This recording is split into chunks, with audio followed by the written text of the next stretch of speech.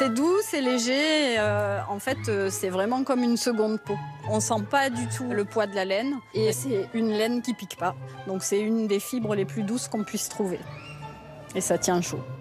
Un matin, un lapin offrit du bonheur. C'était un lapin qui avait le poil gris, ou noir, ou brun, ou orange. Dans le petit village de Bradas, dans les Alpes de Haute-Provence, au pied du parc régional naturel du Verdon, les premières neiges ont fait leurs apparitions à moins de 1000 mètres d'altitude. Avec elles arrivent les premiers bonnets, les premières écharpes et les premiers gants. Ceux de Sandrine sont un peu hors du commun. Ils sont réalisés avec du poil de lapin angora. Donc le lapin angora, en fait, c'est un lapin qui a été sélectionné par l'homme, essentiellement pour ses poils, pour la densité et pour la douceur. Voilà. Hop là. Skippy, c'est le plus beau. C'est mon bébé. Et en fait, c'est un satin angora, donc il a une brillance en fait sur sa fibre qui fait que quand on le file, on dirait presque du fil de soie. Et j'adore la couleur aussi, qui est un peu saumon, quoi. Ça fait vraiment une fibre précieuse. De vraies peluches, 25 pour être précis, que Sandrine élève depuis une dizaine d'années. Elle en tire une laine de très haute qualité, mais un lapin angora n'est pas un mouton, on ne le tombe pas. Donc on récolte les poils tous les 110 jours, quand ça commence un petit peu à tomber naturellement.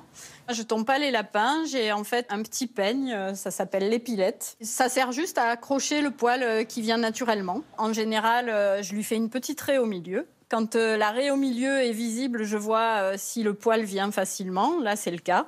Ça lui fait pas mal, il sent rien. C'est comme nous quand on se brosse les cheveux, hein. Je fais coiffeuse à lapin. Là, c'est vraiment du crépage. Même si l'épilation de ces lapins a lieu pendant la saison froide, il n'y a pas d'inquiétude à avoir, il leur en reste suffisamment pour rester au chaud. En revanche, il vaut mieux faire une coupe bien dégagée pendant l'été, les lapins ne transpirent pas et la chaleur pourrait leur être fatale. Sandrine privilégie le bien-être animal jusque dans leur logement. Coucou. Ah, salut Quentin. Je ramène ma dernière classe. Ah ouais, Belle maison d'Obi super. pour ta lapine Clémentine. Ah ouais. Alors le toit est ouvrant, toc, sol coulissant. Il manque plus que le courant. La spécialité de Quentin, le voisin, c'est la construction de maisons pour les petits animaux et il ne manque pas de créativité.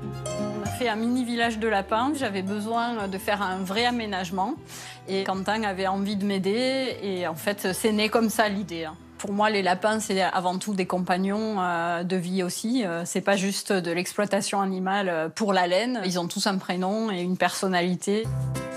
Une fois la laine récoltée, Sandrine va en sélectionner une partie pour la teindre. Là encore, tout est naturel. C'est de la garance. Parfois, c'est du genêt des teinturiers ou des pelures d'oignon. Donc, c'est absolument pas toxique, hein. C'est des plantes. Et l'eau, c'est de l'eau de pluie que je récupère parce que c'est de l'eau non traitée. Du coup, il n'y a pas de chlore et ça permet d'avoir une eau pure qui n'empêche pas la couleur de pénétrer.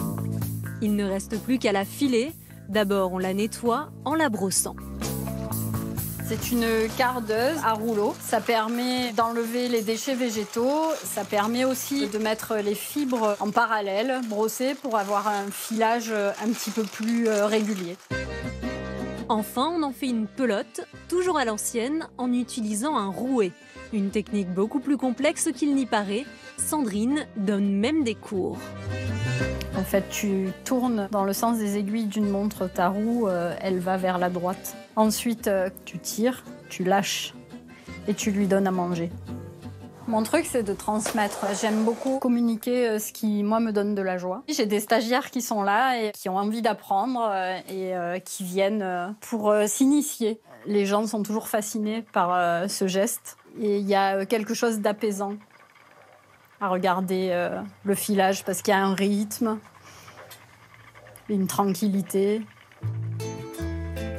Je me suis pas posé la question, en ayant de la laine ou même des pulls, d'où ça venait.